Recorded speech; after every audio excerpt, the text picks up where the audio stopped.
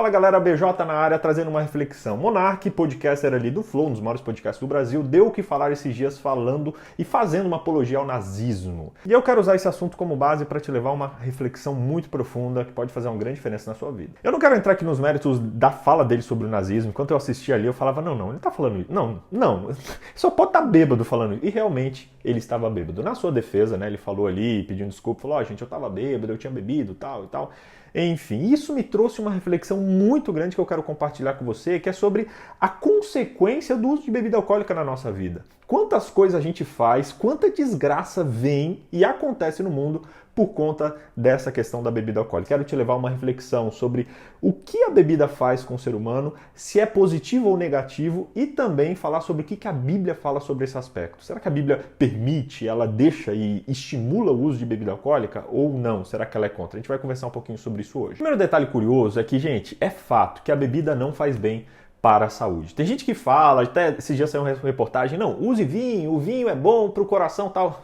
Quem patrocinou essa reportagem foi a sociedade ali de vinho, foram os comerciantes de vinho. É claro que nesse aspecto tem uma substância que faz bem realmente para o coração, ela está presente inclusive no suco de uva, só que para você ingerir a quantidade que faça diferença para você, tem que ser uma quantidade muito grande, que vai trazer muitos malefícios para a sua saúde, então nem mesmo os médicos recomendam isso, tá bom? Um segundo detalhe é que o álcool ele está associado a uma série de males da sociedade. Para você ter uma ideia, o álcool está relacionado diretamente a 22% dos casos de suicídio, 22% dos casos de violência ali interpessoal entre as pessoas e também entre pelo menos 15% das mortes e dos acidentes de trânsito são causados como consequências do uso de álcool. Sem contar diversas doenças. Um estudioso chamado Tim Stockwell, ele disse que existem pelo menos 60 doenças ligadas e relacionadas diretamente ao uso de álcool. Olha, primeiro ponto.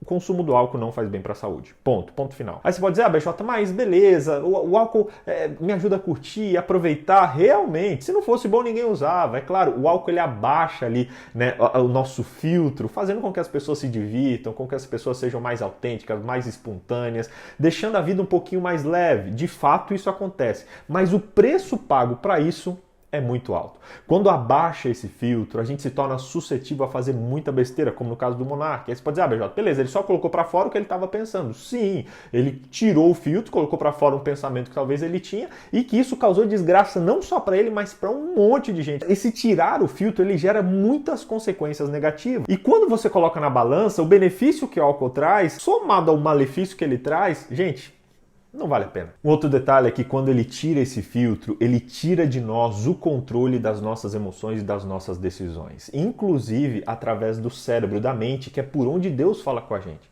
Gente, é muito delicado, porque quando a gente tira o controle das nossas emoções, da nossa mente, das nossas decisões, a gente fica muito mais suscetível a fazer besteira e a, inclusive, cair em tentação, pecado e ser instrumento do inimigo aí para fazer coisas terríveis. Deus fala com a gente através da nossa consciência, através da nossa mente, por isso que é extremamente importante que a gente se mantenha lúcido. E quando eu faço uso de bebidas alcoólicas, eu tiro essa minha consciência, me tornando muito mais suscetível a fazer, falar e me portar de maneira inadequada. E aí você pode dizer, BJ, beleza, mas o álcool faz mal, mas tem um monte de coisa que faz mal, o açúcar faz mal, comer besteira faz mal. Realmente faz mal, sim. Agora, não é porque comer outras coisas faz mal que eu posso fazer outras coisas que fazem mal. Na verdade, esse argumento ele deve ser usado para, inclusive, eu parar de comer besteira, de comer açúcar e outras porcarias aí que a gente come. Então, o fato de outras coisas também fazerem mal e, teoricamente, serem aceitas, não me dá o direito ou é um argumento positivo para eu poder fazer uso do álcool. De maneira nenhuma. Pelo contrário, esse argumento tem que me levar a cuidar das outras áreas da minha vida, cuidar da minha saúde, cuidar do que eu como, do que eu bebo e de uma série de outras coisas que passam desapercebidas aí na vida do cristão. Tá, BJ, e aí, o que a Bíblia fala sobre isso? Vamos falar disso. Ó, tem duas correntes na Bíblia. Tem uma corrente que diz que não pode, que a Bíblia é totalmente contra, e uma outra corrente que diz, não, pode. A Bíblia fala de vinho, Jesus tomou vinho, o vinho era bebida fermentada, tal. É um grande debate no meio cristão. Fato é que em nenhum lugar a Bíblia diz que é proibido tomar bebida alcoólica de maneira clara, de maneira não toma vinho, tipo nos 10 mandamentos, não está isso escrito. Também não está escrito um estímulo, ou algo dizendo, não, você pode tomar o vinho fermentado, isso de maneira clara. Não. Por isso que se tem muita discussão e muito debate sobre esse assunto. E a raiz desse debate é porque a Bíblia não tem uma palavra específica para se referir ao vinho alcoólico e ao vinho não fermentado. Geralmente ela usa a mesma palavra para falar das duas coisas. fazendo com que a gente precise analisar o contexto tanto da passagem quanto de toda a escritura para entender a que vinho naquele ponto estava se referindo. Se era o vinho ou suco de uva fermentado ou se era o vinho ou suco de uva sem fermento, ou vinho novo, como eles costumavam chamar. Tá aí um detalhe interessante para a gente diferenciar. Alguns textos a Bíblia chama de vinho novo e vinho velho. Isso aí dá para a gente entender claramente. Quando ela fala de vinho novo, é o suco de uva sem fermento. Vinho velho era uma expressão usada para falar sobre o suco de uva fermentado, tá bom? Mas a maioria das passagens não usa essa diferenciação. Apenas a passagem de Marcos capítulo 2, verso 22. Depois confere lá na sua Bíblia. Acho que tem uma também lá em Isaías 65, verso 8, que fala disso. Dá uma olhadinha nessas duas aí. A Bíblia ela dá alguns momentos e alguns exemplos que inclusive são usados como argumentos para as pessoas que defendem e pelas que criticam. Eu quero analisar alguns deles. O primeiro deles é o casamento em Caná. A Bíblia conta a história do primeiro milagre de Jesus. Ele estava no casamento e ali acabou o vinho. E a Bíblia diz que Jesus fez o milagre fazendo com que vinho aparecesse e se tornasse inclusive o melhor vinho daquela festa. Muitos usam isso para defender o uso de vinho, dizendo que eles estavam numa festa de casamento. No casamento não se bebia suco de uva, se bebia vinho e tal, enfim. Mas a palavra que não dá para a gente esclarecer e deixar claro qual dos tipos de suco era. Mas olhando o contexto, a gente tem que pensar um pouco. Será que Jesus ele faria ali mais de 180 litros de bebida alcoólica para distribuir ali entre o pessoal no casamento, para fazer com que as emoções, com que o filtro deles baixasse e tornar eles muito mais suscetíveis a fazer besteira?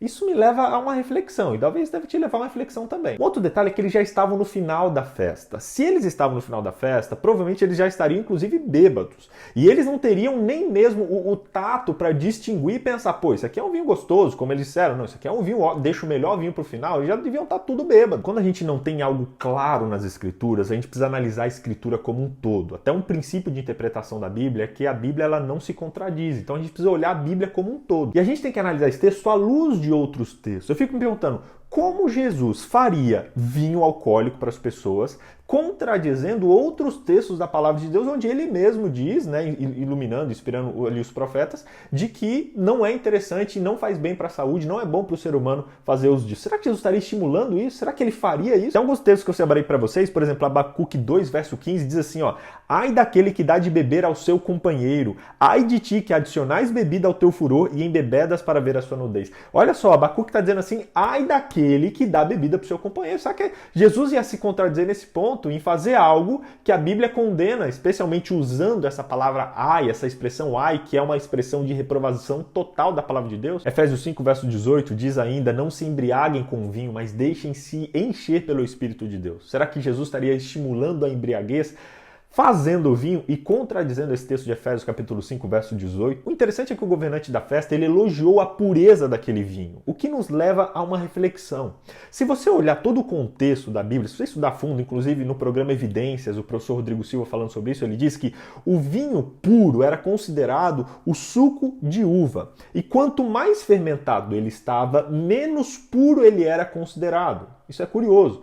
Quando ele fala que o vinho era puro, que, sabe, foi o vinho mais puro que ele tinha experimentado naquela festa, já é também uma referência e um argumento ao fato disso ser o suco de uva puro, porque quanto mais fermentado estava naquela época, menos pura a bebida era considerada. Então isso já é um argumento também para levar a gente a uma reflexão. Como eu disse, a Bíblia não deixa claro se isso aqui é vinho alcoólico ou é suco de uva, mas olhando o contexto da passagem, nos leva a uma reflexão de que realmente há fortes indícios de ser o suco de uva e, principalmente, olhando o contexto da palavra de Deus, nos leva a uma reflexão muito profunda de como Jesus estaria aprovando e estimulando algo que em outros momentos da Bíblia ele mesmo, inspirando seus profetas, condenou. Um outro texto que eles usam para dizer que a Bíblia ela aconselha e permite o uso de vinho é Deuteronômio capítulo 14, verso 26, que diz assim: e esse dinheiro darás por tudo que a tua alma desejar, por bois, ovelhas, o vinho ou bebida forte, ou tudo que tua alma desejar. E ali comerás perante o Senhor teu Deus e regozijar-te-ás tu e a tua casa. Aqui está dizendo que eles podiam usar o vinho para comprar bebida forte. Só que essa palavra aqui, traduzida por bebida forte, pode ser traduzida por bebida fermentada, mas também pode ser traduzida por bebida adocicada, por bebida doce, que inclusive pode ser o suco também. Ou seja, usar essa passagem para dizer, não, Deus falou, pode beber vinho, isso aqui traduzido por bebida forte, essa palavra também é usada em outros lugares na Bíblia para bebida adocicada ou bebida doce. Então também não é um argumento que lacra, nem que eu não posso beber, nem também que eu posso beber vinho, porque Deus mandou até usar o dízimo para isso. Não, de maneira nenhuma. E aí tem gente que fala, não, BJ, tá, mas Jesus tomou vinho lá na Santa Ceia, claro, ele não era suco de uva, era vinho. Gente, se você olhar o texto, especialmente o texto, separei aqui lá em Mateus 26, verso 28, diz assim, não bebereis o fruto dessa vide até que beba de novo convosco no reino de meu Pai. Ele não diz nem vinho, que ele fala fruto da videira. É interessante que no pensamento daquela época, fruto da videira era designado para o vinho novo, que era recém-saído. Quando ele era fermentado, ele inclusive deixava de ser fruto da videira. Ele já era como se fosse adulterado. Então, isso aqui é um argumento até pífio, porque lá em Êxodo capítulo 12, verso 19, diz que os alimentos comidos na Páscoa não podiam ter fermento. Eu vi alguns canais aí de YouTube cristão dizendo e usando esse argumento como, não, na Páscoa eles podiam, né, beber bebida alcoólica, eles faziam isso. O fato deles fazerem não é que eles podiam, tá bom? Só um primeiro ponto. O segundo ponto, que é lá em Êxodo capítulo 12, verso 19, diz que na Páscoa eles não podiam comer alimentos com fermento. Eles não comiam pão fermentado. Por que eles iam beber o suco de uva fermentado? Não faz muito sentido. Então, esse argumento de que na Páscoa eles usavam, de que na Santa Ceia foi usado, isso aí não faz muito sentido não, de maneira nenhuma, porque diz que é o fruto da videira e também porque lá em Êxodo, em outro pedacinho da Bíblia, é dito que na Páscoa eles não podiam fazer uso de alimento fermentado. Tanto é que na Santa Ceia o pão não tem fermento. Por que o suco poderia ter? Dois argumentos curiosos também, um que está lá em Apocalipse 17, verso 2, que diz que a Babilônia, que é a representação inclusive do inimigo, dos inimigos de Deus, ela fazia uso da bebida alcoólica. Diz lá em Apocalipse 17, verso 2, que os reis da terra se prostituíram e os moradores da terra se embriagaram com o vinho da sua prostituição. BJ, fala sobre embriaguez. Ok, mas liga a bebida alcoólica a algo ruim, a Babilônia, que é um poder totalmente contrário ao poder de Deus. Um outro detalhe é em Daniel capítulo 1, verso 8, que diz que Daniel propôs em seu coração não se contaminar com a porção das iguarias, nem com o vinho da Babilônia. Ou seja, Daniel abriu mão da bebida alcoólica, do vinho fermentado, para poder, assim, se dedicar a estar em contato com Deus de maneira mais profunda. Gente, as pessoas que faziam o voto nazireu, eles também não faziam uso de bebida fermentada, não faziam uso de bebida alcoólica, mostrando que quando eles queriam se separar, estar dedicados a Deus de coração, de alma dedicada, eles deixavam isso de lado, o que mostra que essa prática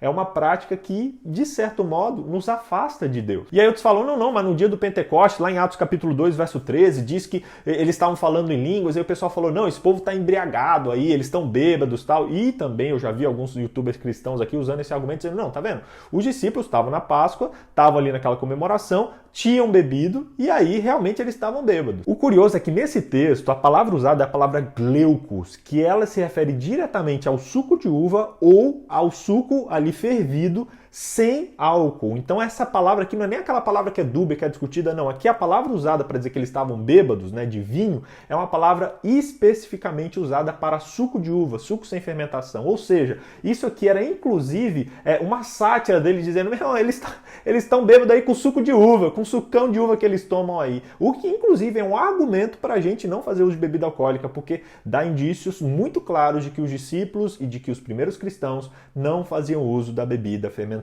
Se eles tivessem realmente bebido, isso colocaria em xeque, inclusive, o fato de eles terem recebido o Espírito Santo. Como é que eu posso acreditar que o Espírito Santo desceu sobre eles naquele dia se eles estavam bêbados? Será que eles não estavam falando coisa com coisa?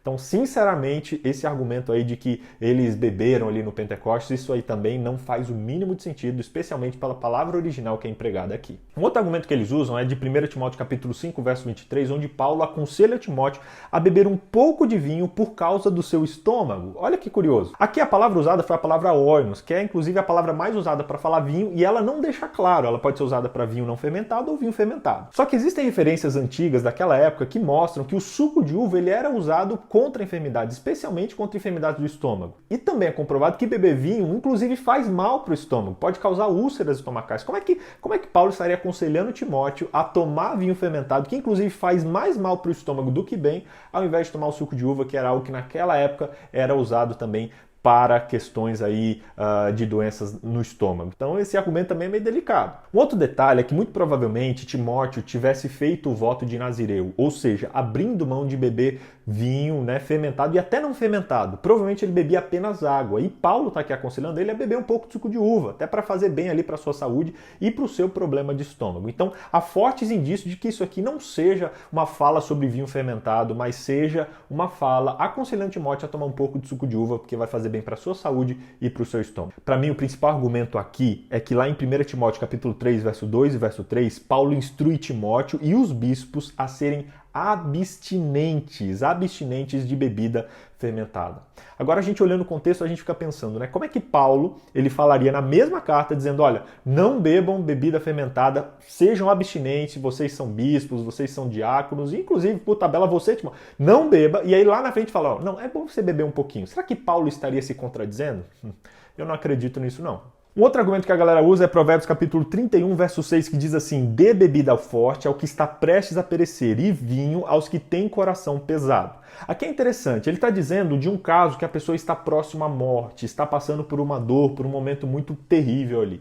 E aqui realmente o vinho fermentado, ele era usado para várias coisas naquela época, inclusive para purificar água e também como um anestésico, sabe? E aqui ele está aconselhando a pessoa que está morrendo, que está passando por dores muito profundas ali, a tomar um pouco de vinho para poder se anestesiar um pouco para aquela dor. Então aqui ele não está defendendo o uso do álcool, mas está aconselhando o uso da bebida fermentada em uma situação medicinal específica para fins medicinais. Nesse caso, em quem se encontra já numa situação no estado terminal. Então esse argumento não pode ser usado para, vou beber, a Bíblia diz lá. Não, aqui está dizendo pessoas que estão em situações terminais usarem o álcool para fins medicinais. Aí tem outros que usam um argumento lá em Timóteo capítulo 3 que diz assim, os diáconos, né, sejam sérios e também não dados a muito vinho. Tem gente que fala, não dados a muito, então pode beber um pouquinho. O problema é a embriaguez, não é a bebida. Agora, vale a gente lembrar que a Bíblia como um todo, ela aprova o uso moderado das coisas boas e a abstinência total das coisas ruins. A gente não vê em nenhum lugar da Bíblia Deus pegando uma coisa ruim e dizendo, olha, coma isso, faça isso de maneira moderada. Não, ele fala da moderação com as coisas boas. Lá em Provérbios ele diz, coma mel com moderação. Em Deuteronômio 21:20, Provérbios 23:10, ele diz também, coma com moderação, dizendo ali contra o pecado da gula, que inclusive eram os maiores pecados que eles tinham na antiguidade, que o povo de Israel cometia também. Por isso, um argumento forte aqui é que muito provavelmente Paulo estava levando eles a uma reflexão de não beberem suco de uva em demasiado e assim caírem no pecado da gula. Eu fico pensando assim, será que Paulo falaria, ou Deus permitiria que a Bíblia falaria, não, façam mal de maneira moderada, ou consumam isso aqui que não faz bem para você de maneira moderada. Eu não acredito muito nessa tese, não. Deus geralmente permite que a gente faça e coma e tenha hábitos com equilíbrio, hábitos positivos. Mas hábitos negativos, a Bíblia ela é enfática em dizer que a gente deve abandonar de maneira total, de maneira drástica. Aí você fala, BJ, mas Deus permitiu, por exemplo, o uso de carne, ou por exemplo, né, o vinho, tem gente que bebia no Antigo Testamento, realmente bebia, mas o fato de Deus permitir não quer dizer que ele aprovava. Um exemplo disso é a poligamia, Deus nunca aprovou a poligamia, pelo contrário, existem vários exemplos na Bíblia que mostram as desgraças que aconteceram por causa disso. Mas Deus permitia que isso acontecesse, não o estimulando, mas isso acabava acontecendo ali. A gente vê várias coisas na Bíblia que acabam acontecendo, a Bíblia relata, ela é um livro histórico que relata coisas que aconteceram, mas não é porque a Bíblia relata que a Bíblia esteja aprovando ou corroborando aquela prática. E aí, falando de exemplo, a gente vê vários exemplos na Bíblia de pessoas que beberam e ficaram bêbadas e fizeram coisas terríveis. Um deles é Noé. Noé fermentou a bebida e saiu por aí andando pelado, trazendo vergonha para sua família, inclusive recebendo uma maldição que alcançou seus descendentes. Ló, sob efeito da bebida, teve inclusive relação sexual incestuosa com seus filhos, com as suas filhas, na verdade. E isso, inclusive, gerou ali um povo, na verdade, mais de um povo que se tornou inimigo ferrenho do povo de Deus. Olha a consequência destrutiva de uma ação que foi feita sob os efeitos da bebida alcoólica. Em Êxodo 32, verso 6, diz lá quando os israelitas ali fizeram um bezerro de ouro, adoraram, tal, ali é dito que eles estavam sob efeito de bebida fermentada naquele momento. Ou seja, ter bebido, estar alcoolizado naquele momento, foi um dos fatores determinantes a levar o povo a fazer o bezerro de ouro, a adorar e, inclusive, ter que peregrinar mais 40 anos, muitos deles, na verdade, quase todos, morrerem no deserto por conta da rebeldia que também foi estimulada e ocasionada pelo uso da bebida fermentada. Tem um outro exemplo do filho de Davi, chamado Amnon. A Bíblia diz que ele bebia, era um beberrão, e, inclusive, ele teve relações sexuais com a sua própria irmã, trazendo uma desgraça também gigantesca para a família de Davi e até mesmo para o povo de Israel. Esses são apenas alguns exemplos. Depois dá uma olhadinha lá em 2 Samuel capítulo 13, verso 28 e Jó capítulo 1, verso 13 a verso 19, para você ver outros exemplos também. Ou seja, a Bíblia descreve que pessoas faziam a prática e o uso da bebida alcoólica, mas isso não é um argumento de que Deus aprove o uso da bebida alcoólica, de maneira nenhuma. Assim como poligamia, Deus não aprovou, mas acontecia, assim como várias outras coisas que Deus permite e que a Bíblia relata que aconteceram, mas isso não significa que Deus apoie. E, inclusive, a Bíblia traz vários exemplos de coisas negativas, destrutivas que aconteceram com pessoas e com gerações subsequentes quando elas estavam sob efeito de bebida fermentada, sob efeito do álcool. Tem gente que usa também argumento dizendo, não, Jesus bebeu. Os fariseus chamavam Jesus de bêbado, de beberrão. Isso aqui não é argumento não, viu? Em primeiro lugar, eles chamavam Jesus de beberrão porque eles comparavam Jesus com João Batista. João Batista era um nazireu que abriu mão, inclusive, de beber suco de uva, vivendo no deserto, comendo gafanhoto. Então eles comparavam dizendo, meu irmão, ó, quem é você? Você é um beberrão. E um segundo detalhe é que, inclusive, Jesus, quando estava na cruz do Calvário, foi oferecido para ele bebida fermentada e ele não aceitou. Olha que curioso. Se Jesus tivesse esse hábito, Jesus gostasse, Jesus, ele ia aceitar naquele momento. Inclusive que ele estava perto da morte, aquilo ali podia ser usado e ser um argumento de que a bebida estava sendo usado para um fim medicinal naquele momento, de anestesiar ele, mas Jesus não queria e não aceitou, inclusive porque ele queria estar em plena consciência naquele momento. Sabe, gente, se Jesus, diante do seu sacrifício, recusou abrir mão de ter 100% da sua capacidade mental, quanto nós, seres humanos, pobres, mortais, destituídos da glória de Deus, não temos que tomar cuidado das besteiras que a gente pode fazer quando fazemos o consumo da bebida alcoólica. Existem ainda outras passagens que fazem que o vinho, a bebida fermentada, traz aflição. Lá em Isaías 5, verso 11, diz assim, ai dos que se levantam de madrugada para servir a bebida inebriante, que continuam até a noite, até que o vinho os inflama. Ai dessas pessoas. Lá em Provérbios 23, verso 29, diz assim, quem tem aflição, quem tem mágoa, quem tem contendas, quem tem reclamações, quem tem feridas sem causas, quem tem vermelhidão nos olhos, aqueles que se demoram muito no vinho, aqueles que vão em busca do vinho misturado. Abacuque 2, verso 15, a gente já leu, diz assim, ai daquele que der de beber ao seu próximo, apertando a sua garrafa, até mesmo para embriagá-lo, para que você veja a sua nudez. Gente, vários textos mostram que a Bíblia não aconselha o uso da bebida alcoólica, mostrando inclusive as desgraças provenientes desse uso. A gente precisa ter consciência do texto de 1 Coríntios 6, verso 20, que diz que a gente foi comprado por um bom preço, logo a gente tem que glorificar a Deus com o nosso corpo. Glorificar a Deus com o nosso corpo é abrir mão de qualquer coisa que não honre a Deus com o nosso corpo, com a nossa saúde. Sabe, essa é uma questão de saúde também. Se tem algo que não faz bem, se tem algo que vai fazer mal, se tem algo, inclusive, que faz com que, pelo menos uma a cada 10 pessoas se torne alcoólica, patológica, tem esse risco, por que eu vou fazer isso? Por que eu vou deixar de glorificar o corpo de Deus, o tempo de Deus, fazendo uso de algo que não vai fazer bem para o meu corpo? E isso se aplica à bebida, mas também se aplica a açúcar, se aplica à carne, se aplica a produtos industrializados e uma série de outras coisas que a gente vai jogando para debaixo do tapete, mas que a gente não glorifica o nosso corpo não, quando a gente faz uso disso não. Até mesmo beber socialmente destrói as nossas células cerebrais, até mesmo o beber socialmente faz mal para a nossa saúde, ou seja, o simples beber de maneira moderada já é um fato, só pela saúde, já é um argumento que deve ser colocado em consideração para a gente deixar esse hábito de lado. Abraham Lincoln tem uma frase muito curiosa que diz assim, a bebida é um câncer na sociedade humana, consumindo seus órgãos vitais e ameaçando a sua destruição. Gente, isso aqui é muito sério. A bebida ela é um câncer, é a substância talvez mais mortal da Terra, é uma droga que é vendida de maneira livre, aceita em qualquer esquina e que leva muitos jovens, muitos adultos, muitos casais, muitos seres humanos a desgraça e a perdição. Salomão diz em Provérbios, naquele mesmo que ele diz que quem tem tristeza, quem tem contenda, quem tem feridas é aquele que fica se demorando no vinho. Ele diz assim, olha, aquele que vai em busca de vinho misturado, não olhe para o vinho quando está vermelho, quando brilha na taça, quando rodopia suavemente, mas por fim ele te morde como uma serpente. Está lá em Provérbios 23, 29 a 35, diz assim, o vinho, depois ele o pica como uma víbora. Os seus olhos verão coisas estranhas. O seu coração falará coisas perversas. Sim, serás como quem se deita no meio do mar, ou quem se deita no alto do mar, dizendo, bateram-me, mas eu não fui ferido. Eles me batem, mas eu não senti isso. E o texto termina dizendo, quando acordarei para buscar outra bebida?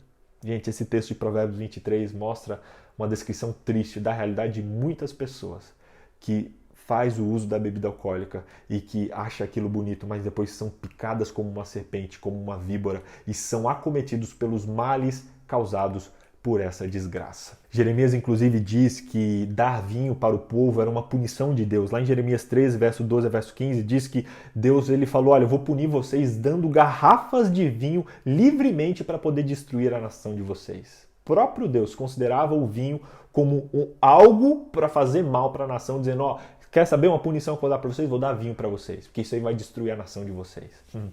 Será que o vinho, será que a bebida alcoólica não tem sido um dos argumentos que tem destruído a nossa nação? Será que a bebida não tem destruído famílias, não tem destruído, juventude? Será que a bebida não tem destruído a vida de muitas pessoas, assim como Deus falou que ela faria com o povo de Israel?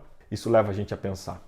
O último ponto que eu quero trazer aqui é que abrir mão disso é um ato de amor. É um ato de amor. A Bíblia diz em Romanos 14, verso 21 o seguinte: é bom não comer carne, nem beber vinho, nem fazer nada com que seu irmão tropece, se escandalize e se enfraqueça. Tem um dado que diz que 1 a cada 7 pessoas que bebem vinho se tornarão bebedores problemáticos ou alcoólatras.